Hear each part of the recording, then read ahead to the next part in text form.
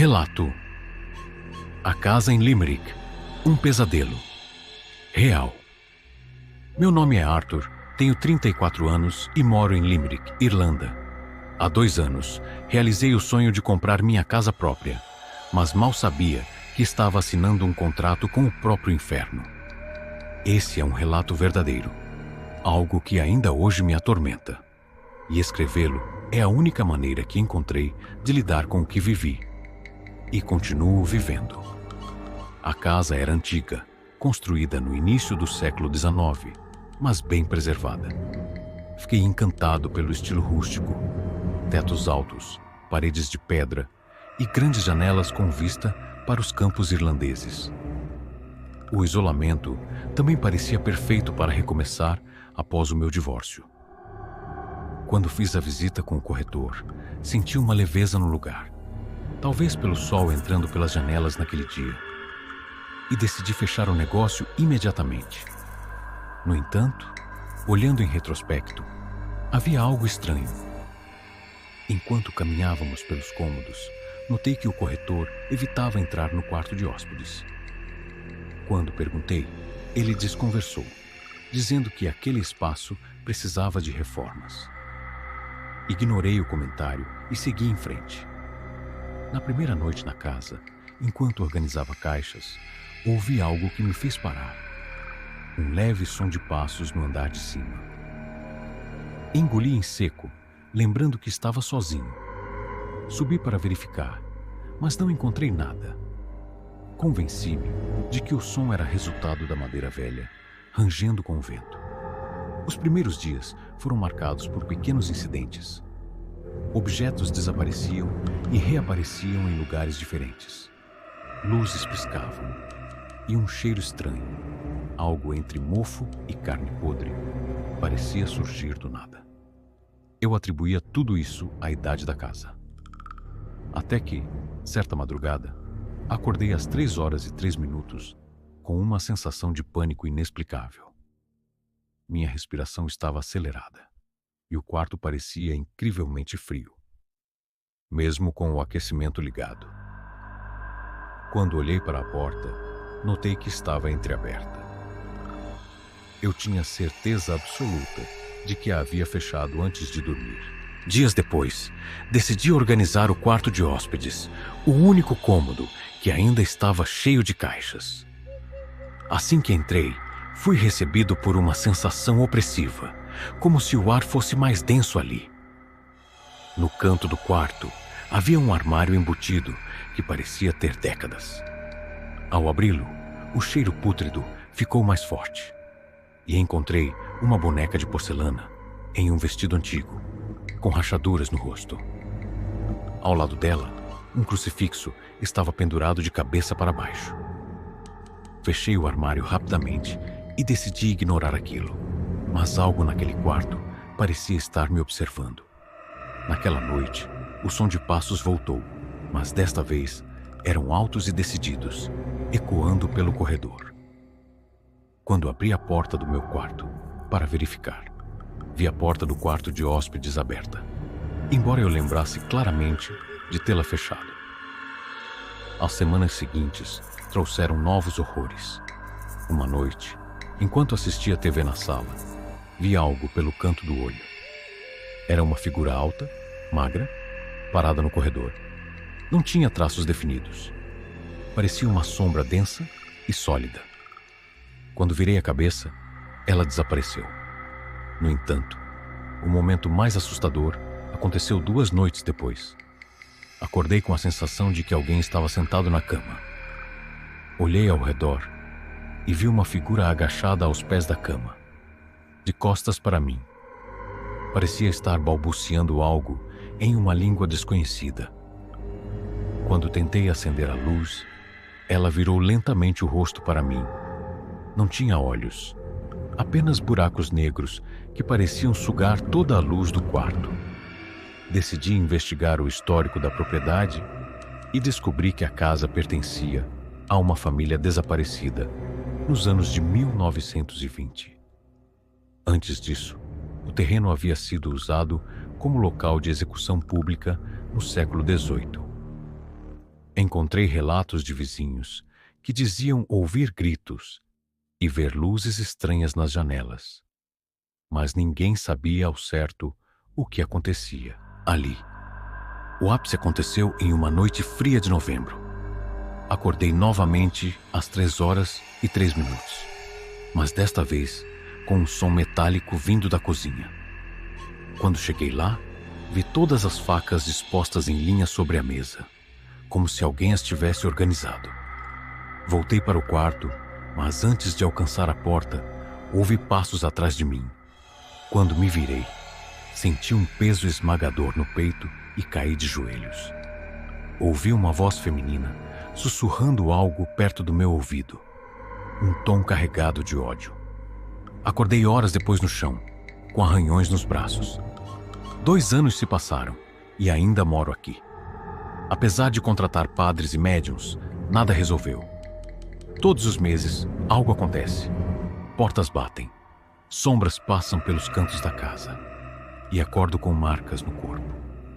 A boneca do quarto de hóspedes desapareceu e reapareceu no meu quarto, ao pé da cama, 3 vezes. Hoje, não sinto que a casa é minha. Sinto que sou apenas um hóspede indesejado. E no fundo, temo que o que quer que esteja aqui esteja esperando o momento certo para algo pior. Relato de uma mãe. O homem no teto. Eu me chamo Clara, tenho 38 anos. E há algo que ainda hoje me atormenta profundamente. Essa história é sobre o meu filho, Gabriel. Ele tinha apenas 6 anos quando tudo começou. Nunca fui uma pessoa supersticiosa. Sempre acreditei que crianças têm imaginação fértil e que muitos dos seus medos são criados por isso. Mas o que vivi com Gabriel não consigo explicar e talvez nunca vá entender. Tudo começou em uma noite aparentemente comum, há cerca de 3 anos. Eu e meu marido, Rodrigo, tínhamos acabado de colocar Gabriel para dormir. Ele era uma criança tranquila, sempre dormia a noite inteira. Mas naquela madrugada, algo mudou. Por volta das 2h da manhã, ouvi um grito vindo do quarto dele. Corri imediatamente e o encontrei sentado na cama, tremendo e segurando o cobertor contra o peito. Seus olhos estavam arregalados, como se tivesse visto algo aterrorizante. O que foi, meu amor? Você teve um pesadelo? Perguntei, tentando acalmá-lo. Gabriel balançou a cabeça lentamente e apontou para o teto. Ele está lá em cima, o homem preto com asas. Naquele momento, senti um arrepio percorrer meu corpo. Olhei para o teto, mas não havia nada além da luminária. Não tem ninguém, Gabriel. Foi só um sonho. Ele não respondeu. Apenas ficou me encarando com olhos cheios de medo. Acabei ficando com ele até que adormecesse novamente. Nos dias seguintes, Gabriel começou a falar sobre o homem no teto toda a noite. Ele dizia que o homem usava um terno preto, tinha olhos brilhantes e asas enormes que quase cobriam o teto inteiro. Ele não fala, mamãe, só me olha. Ele não tem boca.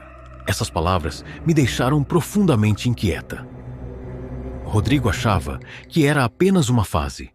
Talvez algo que ele tivesse visto na TV ou em algum desenho. Mas eu sabia que era mais do que isso. Gabriel estava apavorado todas as noites. E o medo que ele demonstrava não parecia algo que uma criança inventaria.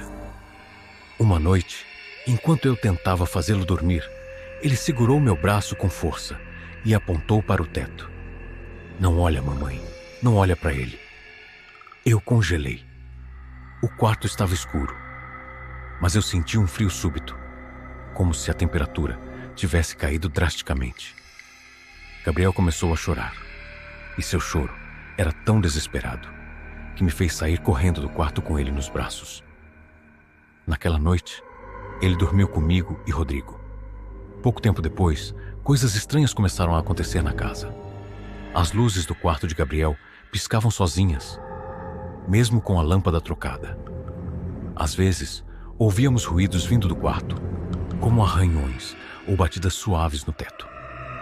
Certa manhã, ao arrumar a cama dele, encontrei marcas de pequenos riscos na parede, bem acima da cabeceira, como se algo tivesse arranhado ali. Gabriel adorava desenhar, então pensei em usá-lo para tentar entender melhor o que ele via. Dei a ele papel e lápis e pedi que desenhasse o homem do teto. O que ele colocou no papel me deixou sem palavras.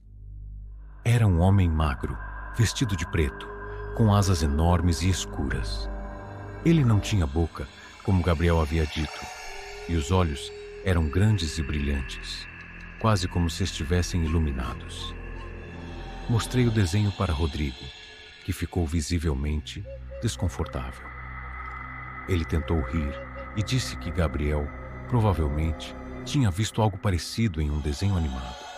Mas eu sabia que isso não era verdade.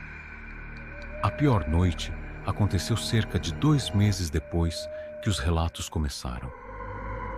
Gabriel estava na cama e eu fiquei com ele até que adormecesse. Por volta das 3 horas da manhã, fui acordada por um grito desesperado. Corri para o quarto e o encontrei em pé na cama, olhando fixamente para o teto. Ele está descendo, mamãe. Ele está descendo. Tentei acalmá-lo, mas quando olhei para o teto, senti um arrepio profundo. Não havia nada visível, mas a sensação de estar sendo observada era esmagadora. Peguei Gabriel nos braços e, quando estava saindo do quarto, ouvi um som. Era um som baixo, quase como um farfalhar de asas. Naquela noite, eu e Rodrigo decidimos que Gabriel não dormiria mais naquele quarto. O que era aquilo? Mudamos de casa alguns meses depois. Desde então, Gabriel nunca mais mencionou o homem do teto. Porém, até hoje, quando vejo ele olhar para o céu ou para o teto de qualquer lugar, percebo que ele ainda se lembra. Eu nunca descobri o que era aquilo. Era imaginação? Alguma manifestação sobrenatural? Ou algo pior, algo que nunca poderemos compreender?